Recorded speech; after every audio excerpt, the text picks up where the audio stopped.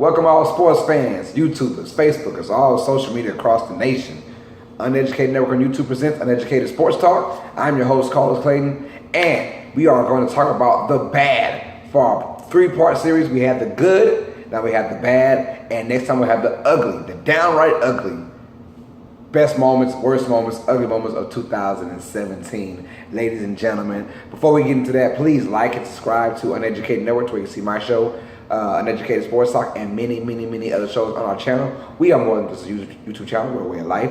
So that being said, we talked about our good last episode. Now let's talk about the bad of 2017. And as good as it was for the Patriots fans to beat the Falcons, it was just that bad for Falcons fans.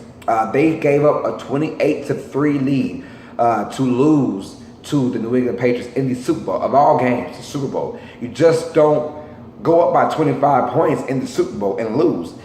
Before the Patriots had that comeback, the largest comeback in NFL history was 10 points in the Super Bowl, 10 points. I know recently it was by the Saints over the Colts, and then they had the Redskins back in the 80s.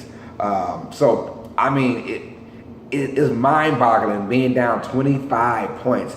How bad of a collapse you have to have if you're an Atlanta Falcons player. And as a fan, you just like, what just happened? That was just a very bad, stained Super Bowl for Atlanta fans because, let's be honest, outside of the Braves winning in 1996, they haven't won much as a franchise, as a city franchise at all. So we're talking basketball, football, and baseball. They haven't won since 96. So they're having a tough time to this day, but there's always redemption for the Falcons. They're in the playoffs right now, so we'll see what happens with them, right? Also, let's talk about the NBA for a second. We had our 2017 champions, the Warriors. They beat the Cavaliers in 5 last year, but it was also something bad about that season. Let's talk about that 2016-17 campaign season in which it was horrible. I'll be honest, that was probably one of the worst seasons to watch outside of, and I do apologize for Russell Westbrook fans. He should have been on my good for the triple-double was an winning MVP. I just completely forgot about him, so I do apologize. That's on my part. That's my bad. But outside of Russell Westbrook, we all knew it was going to be Cavaliers versus Warriors, and everybody else was just kind of poo cheese. And it was a bad season overall, in my opinion. There wasn't anything worth watching towards the end. Basically, games were being season was being wrapped up pretty quickly, and you knew that yes, the Celtics were the number 1 seed, but the Cavaliers were going to beat them. So NBA parity for that 16-17 season. I'm counting at 17 because part of it was in 17. That season was just bad to watch. No one cared about it till basically the finals.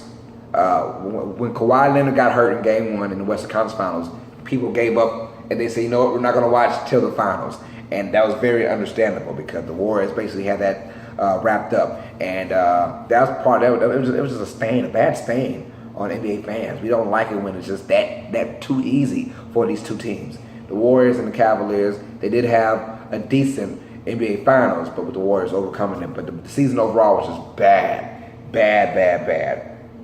Speaking of bad in the NBA, the All-Star game. That was some of the most ridiculous, just lollygagging defense you will ever see in your life. The West wound up winning 192-182, I believe. Anthony Davis scored over 50, I believe, 52, something like that, but he was your MVP in a game that just, there was no defense being played whatsoever. And I don't like that in my All-Star game. I understand it's an exhibition game and you don't want to get hurt in it, but at least play a little defense, show some effort. You knew that from the start. Yes, NBA's All-Star games go the first 2 quarters, 2.5 quarters, maybe even the first 3 quarters. Hell, even the first 3.5 quarters are somewhat kind of just goofy, and people are throwing alley-oops all day, and we're trying to see who's going to have the best highlight. But then most of the time, they try and still keep it in that competitive range to where when it is close, the last 6 minutes of the game, they're going to go ahead and play at least decent defense because you still got pride. This squad, this day and age, They didn't show any pride. The East could have cared less if the West won, and vice versa. And I'm not down for that. I just don't like the way that played out. It felt like it wasn't worth watching. Yes, all the dunks, but we can see dunks in our own backyard these days now. We went to see a kind of somewhat of competitive game, and we didn't get it. So I thought it was just a waste, in my opinion. Let's go back to football. It was a bad season for star players in the NFL. Aaron Rodgers being out, that hurt the Green Bay Packers. He finally came back towards the end, but it was too little too late.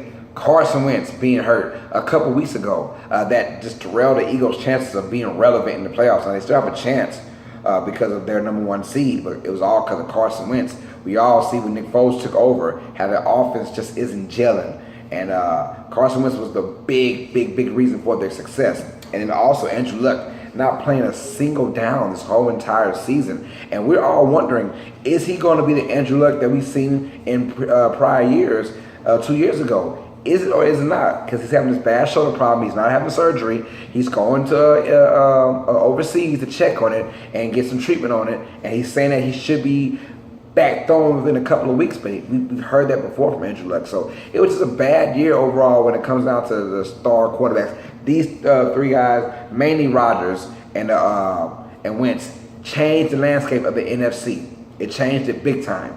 So you feel bad for those guys, and that was kind of a stain because you love to see the Packers in the playoffs, and of course you love to see Carson Wentz, who was arguably should be the MVP in my opinion. Regardless of being hurt, he should be the MVP. But you have the MVP and a guy who could have won MVP get hurt. So that was bad right there. Let's talk about a little college football. The Tennessee Volunteers, for the longest, could not get a coach. And all this coaching carousel changing that was happening, everyone getting coaches in Tennessee, this major program, took forever. People were just stiff-arming them left and right because they did not want to go to Tennessee. It's somewhat, I don't know. It's not really a mess. They don't have this big stain on them of some, they haven't been suspended for anything. They haven't broken any rules, no violations.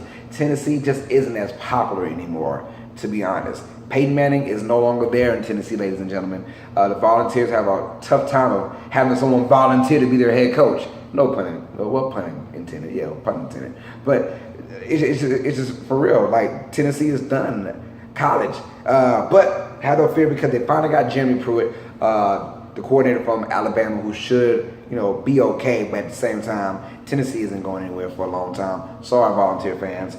Stay in college. Speaking of head coaches, Jimbo Fisher, which was bad on his part, he left Florida State and went to Texas A&M after so many times publicly saying, hey, if we could just, get our team to buy into one system, talking about Florida State here. If we can get them to buy into the system, we can still have a successful season. We're in it for it all. I love you guys. I'm with it. The camaraderie. We got to sit together, right? Oh, well, he didn't follow his rules. Because as soon as the season was up, he dipped out. He is the newest head coach for the Texas A&M Aggies. I forgot his deal, but he got a lot of money from it, so you really couldn't blame him on that. He got a ton of money, but at the same time, I don't like when coaches recruit you like crazy and they tell you all these lies in your ears, and then they want to leave in you, and then you're stuck wondering, well, was it my fault? Was it my fault? Was it my fault? But that's just the name of the sport these days. But Jimbo Fisher was yapping that mouth, talking about how we have to be together, stick together, and he left them in the offseason. So, the man's got to make his money. I understand that. Just don't talk about that, that garbage and then leave. I don't like that. Also, bad about this year, talk about a death that kind of hit me. Roy Halladay, the famous pitcher for the Toronto Blue Jays and the Philadelphia Phillies. He passed away in a plane crash.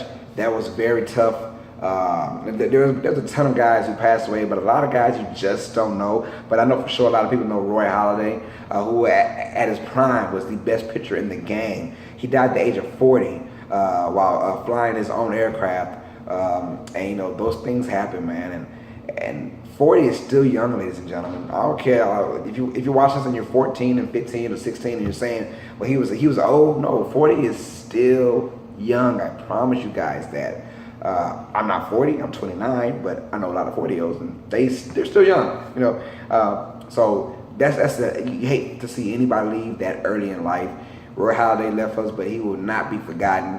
What a great pitcher. Won the World Series with the Phillies and was dominant with the Blue Jays and the Phillies for about a good 7-8 year stretch.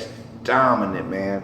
And he will be missed. And to wrap things up, can I get a for the 2017 Cleveland Browns? Good God. 0-16 to wrap it all up. They're the second NFL team in history to go 0-16. The 2008 Detroit Lions. The Cleveland Browns got so bad they threw a parade for the 0-16 season. I'm not mad at it. A lot of guys are mad. A lot of players are mad. I'm like, if you're a player of that team and you're mad because you guys went 0-16, then how do you stop that? You win a freaking game, right? So stop complaining. You guys went 0-16. You guys freaking suck. Cleveland has to just nuke itself. I'm talking about not the actual city, but nuke the franchise. The franchise has got to go. Look, the Browns, it's an ugly uniform. It's an ugly helmet. It's an ugly name. It's just ugly. It's just disgusting. That's just bad overall for the Cleveland Browns. They went 0-16, and you know what? Fans are getting to the point where, you know what? We got to celebrate something when it comes down to Cleveland football. We got to celebrate something. We know that the Cavaliers, LeBron James got our back. We got to celebrate something in football. Let's celebrate our 0-16 season. And you know they came correct because it was like 0 degrees outside. People were going to their shirts off and they were just having a blast. And a lot of people showed up to the parade. That tells you how bad you are when people celebrate how bad you are. Your own people. That wrapped it up for me. For 2017, that was the bad. If you want to hear my good, go back down below. You can check it out. This has been the bad of the best, the bad, and just the downright ugly. I will give out my downright ugly in a couple of days. Also tomorrow, check out my college football casual talk with my man Brian Wilkinson. We will discuss Bama and Georgia is playing right now as we speak, so we will talk about that game. Who wins the championship, we'll find out. And also, I break down the wild card weekend of the NFL. I'll tell you who advanced and who will play who and how it happened. I'll break all that down, man. So this is the bad. This is part 2 of the good, the bad, and the downright ugly. I will talk about the downright ugly in a couple episodes. That being said, you guys like and subscribe to Uneducated Network to where you see my show, Uneducated Sports Talk, and many, many, many other shows. So, Uneducated Network presents Uneducated Sports Talk. I'm your host, Clayton, and as always, sports fans, you know what time it is. Stay smart, stay uneducated. Peace.